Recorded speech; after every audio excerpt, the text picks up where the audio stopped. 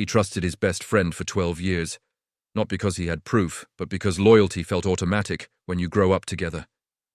They met in school, same classroom, same lunch breaks, same jokes no one else understood. When life got hard, this was the person he called. When something good happened, this was the first name he typed. Over time, trust stopped feeling like a choice and started feeling like a fact. Even when small things felt off, he ignored them. The delayed replies, the sudden distance, the way conversations ended faster than they used to. Because when you trust someone for that long, your brain doesn't look for danger. It looks for excuses. He told himself his friend was busy, stressed, going through something personal. That's what loyal people do. They protect the image of the person they believe in.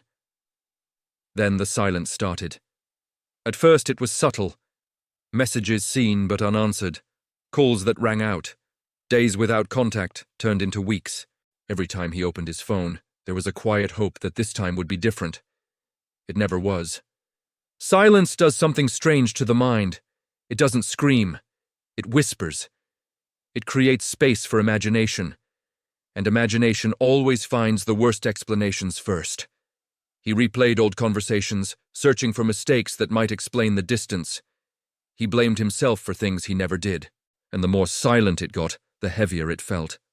One night, without expecting anything, he opened social media. He wasn't searching.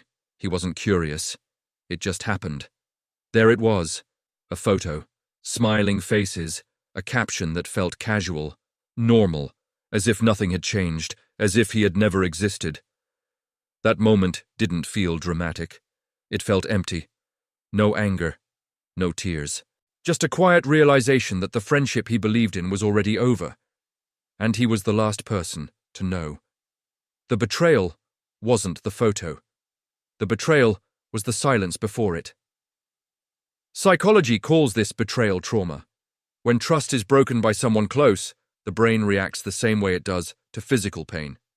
Studies show that emotional betrayal activates the same neural pathways as injury.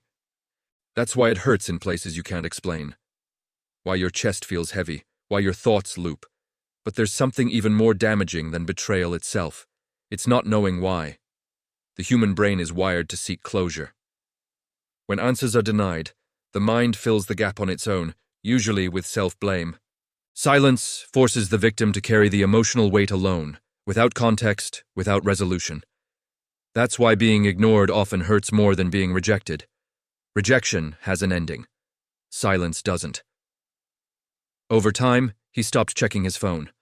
Not because it didn't matter anymore, but because hope had become exhausting.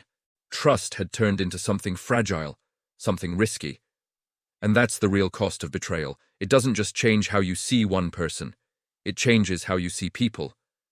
Psychologists say that unresolved betrayal can rewire future relationships. The brain learns a pattern. Closeness equals danger. Trust becomes conditional. Distance feels safer. But healing doesn't come from answers that may never arrive. Healing comes from understanding that loyalty doesn't fail because you trusted too much. It fails because the other person couldn't carry the weight of that trust. Sometimes closure isn't an explanation, it's acceptance. And sometimes the most important lesson isn't about them. It's about learning that silence is also a response. This was a human file.